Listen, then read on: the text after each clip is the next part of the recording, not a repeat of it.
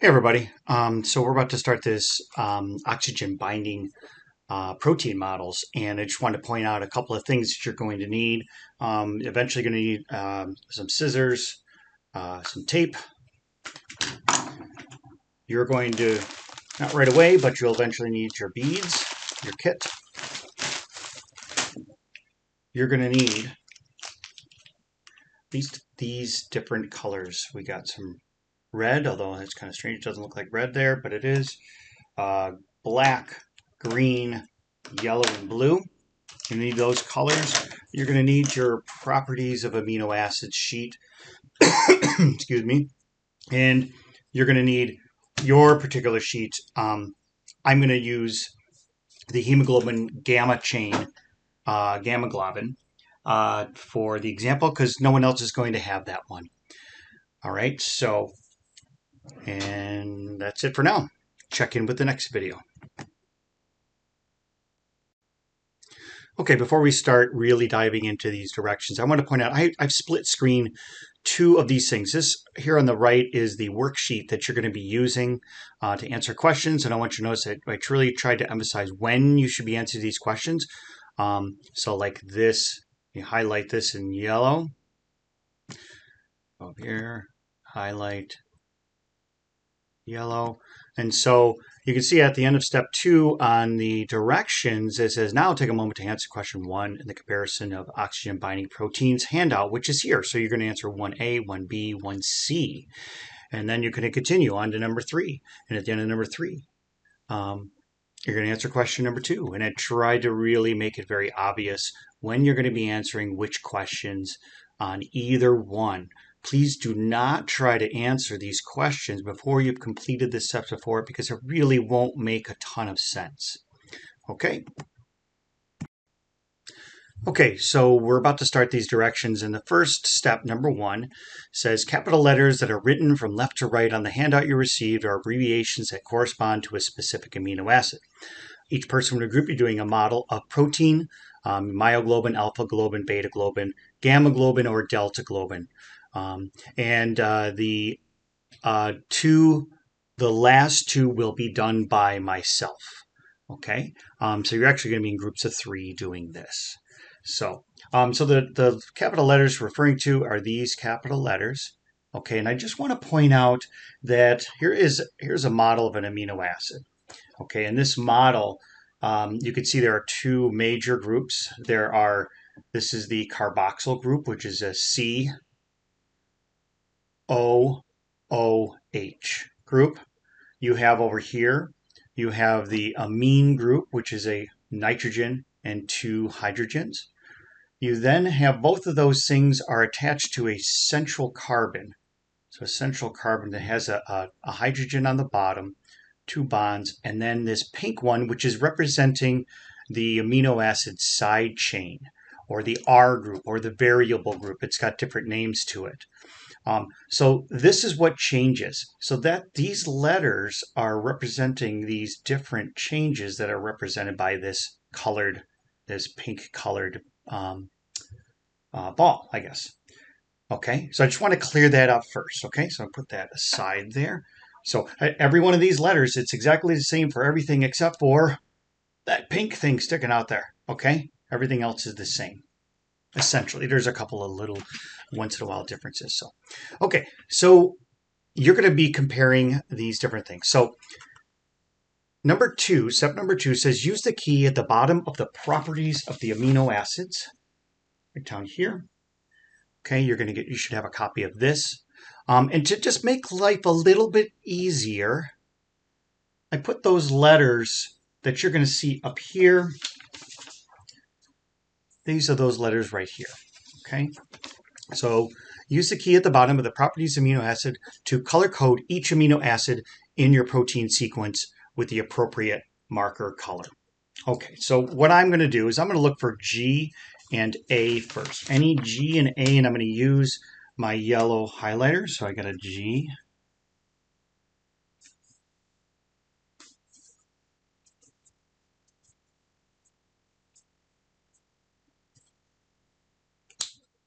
Okay, so I probably missed some. I guarantee I missed some, but we'll find it when we come back. So I'm going to look at the next two letters.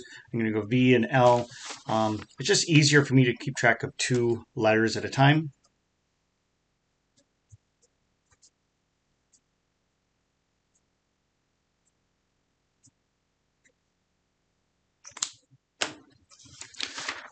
Okay, next two, I'm going to do I and P, I and P.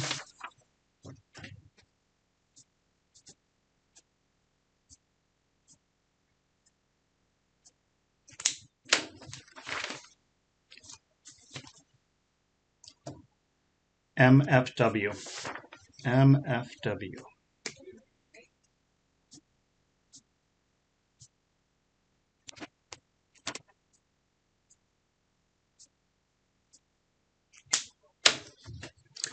Okay, so you notice I messed up on one, so I just put a little dot there. So I'm going to find what color that is now. It looks like T. So T, and all of these, I'm going to use like a capital letter because I don't have, they're supposed to be white. So down here, the non-polar are going to be white. These are supposed to be white. So, but I don't have white. So what I'm going to do is I'm just going to write the letter out. So I'm going to look for any T's right now. So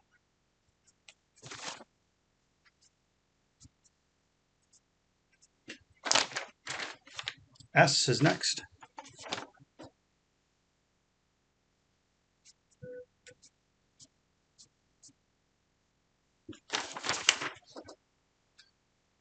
C is next. So C is actually going to use the black letter, and I'm going to color code it with some green. So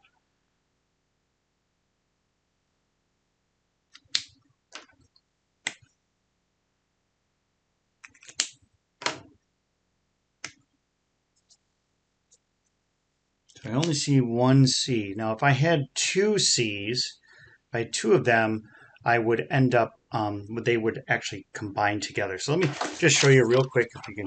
I'm going to bring it up a little bit closer. If you see that C right there, it's got that SH sulfhydryl group. If you have two of them next to each other, what ends up happening is, the S, let's say this is some amino acid 1, and you get an SH on 1, and then you have amino acid number 2, and it also has a sulfhydryl group. What happens is these two will leave, and what it does is you have a permanent bond that goes, a covalent bond between the two S's. Now comes H2. So it's a much more permanent bond for that C. And if anyone can see another C, maybe they'll help me out there.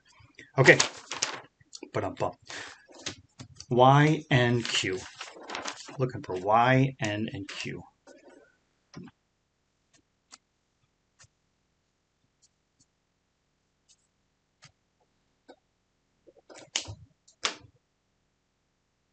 Okay, looks like that's it for them. So now I'm going to look for D and E, and they're going to be red.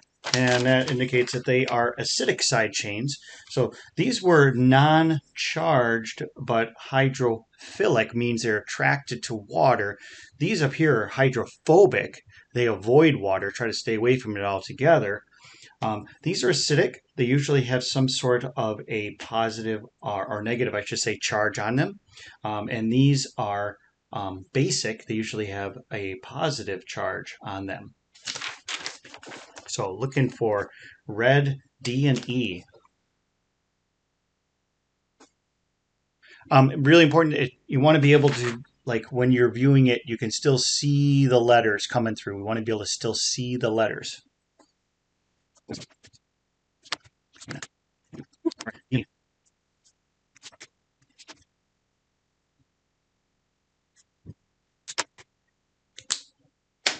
Okay, and KRH, KRH.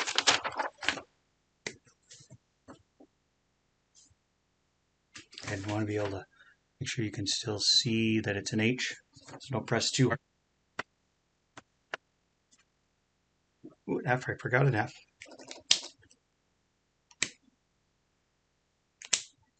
Also seeing an N.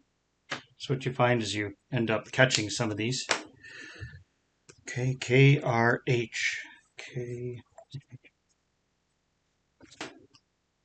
Okay, so looks like I have all of my colors all set. All right, so at this point now, I want you to go back through and take a moment to answer the question number 1 on the comparison of oxygen binding proteins molecules worksheet. So again, that's this one right here. So you want to be able to go back and you want to do question number 1 and then come back to this. On to step number 3. It says use the chart below your protein sequence to determine where each helix A through H begins and ends. Mark the beginning of a sequence with an open parentheses and mark the end of a helix with a closed parentheses. Commas written in every 10th amino acid were added to help you count or sort through the sequence more easily. They do not indicate any special properties existing at that location. I'm going to use a pen rather than a marker. It just differentiates between these different colors. Actually, no, I'm going to change my mind. I'm going to go with the marker. I'm going with the marker. Okay, so down here it says I'm looking for helix A. I'm starting with threonine, amino acid number 4. There it is. So I'm going to put parentheses before, and asparagine, amino acid number 19. So again, this comma tells me that there's 10. There's 20, so once before, I'm looking for asparagine, which is an N, and I'm putting close parentheses around there. So there's helix letter A. All right, now I want 21, which is a glutamic acid. There's 20, 21, and just to be sure here, I can see that I have an F and an F. And that's phenolphthalein. So it says glutamic acid number 21. Glutamic acid. It's an E right there. I was looking at the wrong line. So here's 21. I want to start my parentheses there at number 21. Valine number 34. So here's 30. 1, 2, 3, 4. All right. This will be tyrosine.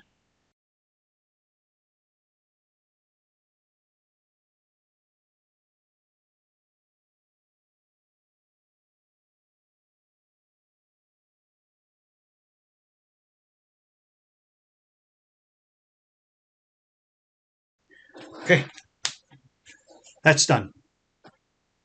All right. So now take a second and go and answer question 2. This question right here. Okay.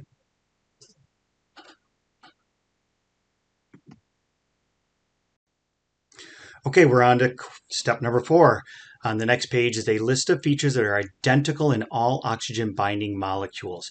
These amino acids and their locations along the primary sequence are essential for a protein to fold and function properly. Identify each of the highly conserved amino acids on your paper strip and draw a circle around each capital letter indicating the helix where the amino acid is found. The number that follows refers to the amino acid along that particular helix. So if you can see in here, we've got a couple circles. There's a circle, circle, circle, etc. Okay.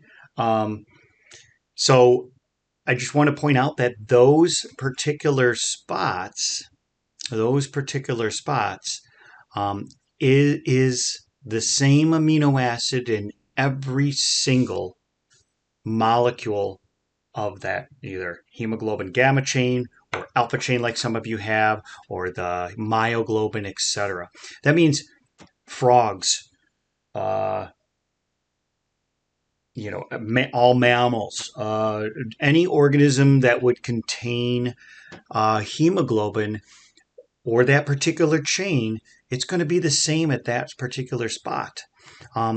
It's important to note that these other ones, it could be different a little bit, and you're going to discover some of those changes that take place. So it is possible to have those changes take place. But on those spots, they are what we call, they are highly conserved amino acids. It doesn't change. It is exactly the same.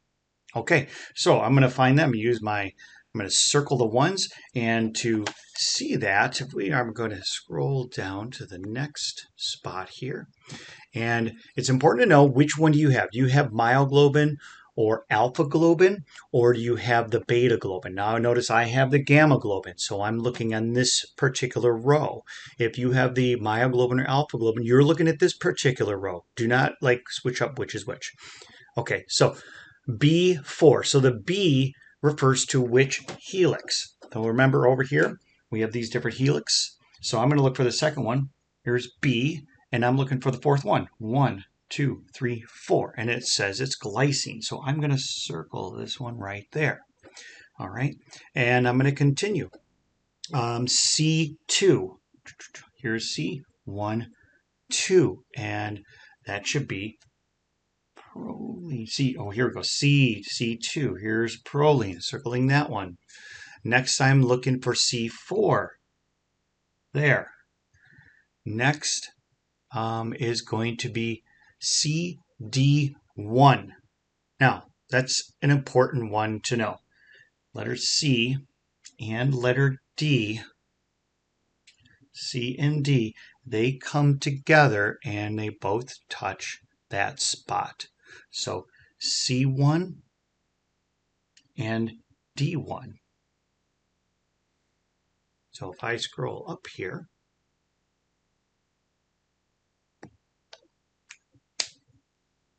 so what this means, CD1, it just simply means it is not in a helix, but it is between helix C and helix D, the first one. So here's the end of helix C, here's the beginning of helix D. We're talking about there is number 1, so I just circle that. And I know that's a little bit confusing, but it's going to come up again one more time. Okay. All right, so E7. So there's the D, here's E. 1, 2, 3, 4, 5, 6, 7. That should be a histidine. Okay, 4. 1, 2, 3, 4. Is losing here. Now 8, 5, 6, 7, 8, H9. Okay, and 9, H9. So there's 1, 2, 3, 4, 5, 6, 7, 8, 9. That's lysine. And HC, 3, it's crossing H9, HC, HC, 1, 2, 3. Right there, and C. C.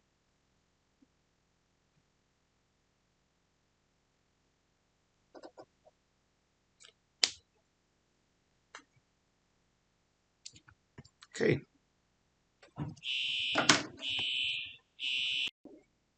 Okay, we're on our last, or on the next section, I should say. We're going to actually cut these apart, and you can see from this picture right here, we're going to put them end to end. I'm going to make a huge suggestion. Before you go any further, you stop for a minute and just write down some numbers, right? I'm going to write 1, 2, 3, 4. I notice I'm giving a little space here because I'm going to end up covering these numbers up when I tape them together. 5, 6, 7. So this is especially important because, what happens when you, whoops, I, just wasn't paying attention and I cut them out, but I got them mixed up and I'm not sure which is which. Okay, so I'm going to cut these out and then I'm going to tape them all together and I'll see you in a second here on that. Okay, so I'm ready to go. And, oh, shoot, I got them all mixed up. Oh, but wait. I put my little numbers on there, so I know that's 1. And so here we go. I'm going to lay down number 1. I'm going to find number 2. Put the number 2, cover up the 1 with the number 2. A little tape.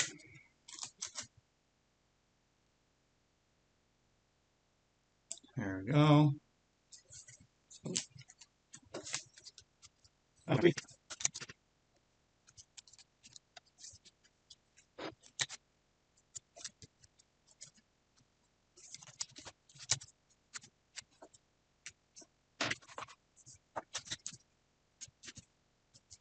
Awesome. That's one.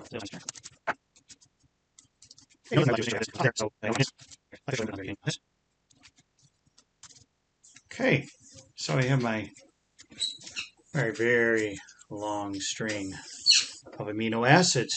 And you can see now it says, using beads that correspond to the colors you have used on your paper strips thread the chenille sticks, the pipe cleaners,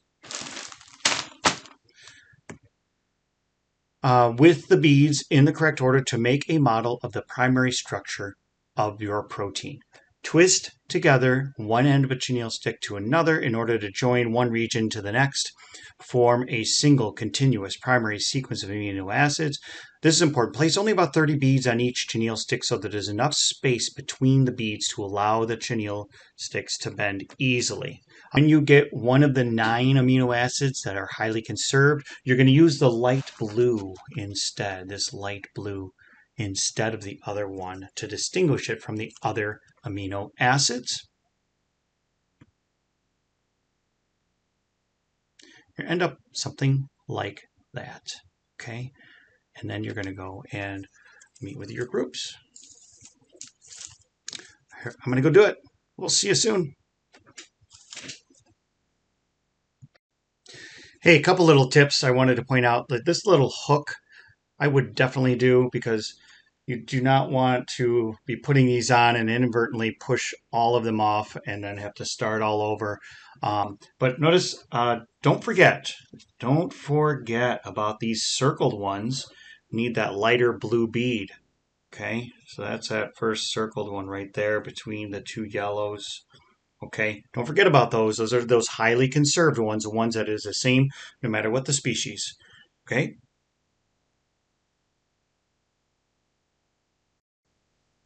Okay, so I've completed my primary structure, and you're going to go on and do question number 3, as it says up here, making 10 observations and similarities, differences between strands and your partners. And as a group, you're going to come up with at least 10 observations with the group. Number 10. So you want to space these out a little bit, and you're going to want pen or pencil. Pencil, I feel like, works a little bit better. And you're going to start putting these helices together. So remember, these helices we marked off with these, open and closed brackets or parentheses. Sorry. So right here, there's my white, lines up right with that as the beginning of mine. So what I want to do is I'm going to go from here all the way down to, let's see, I've got 3 reds in a row, a blue, a yellow, a white, a yellow, white, white, yellow, yellow, yellow, blue, yellow. So right there, and it's white right after that. So I'm going from white to white. So I'm going to take that and just kind of spiral it around. Like that. And there is a helix that I've created. And kind of tighten it up a little bit. Okay. Which, it works much better when you have a little bit of spacing. So if you need to move these things down a little bit, create some more space, you'll want to do that. Okay, so you're going to continue that to do all of these helices. Okay, so then there's the next helix. So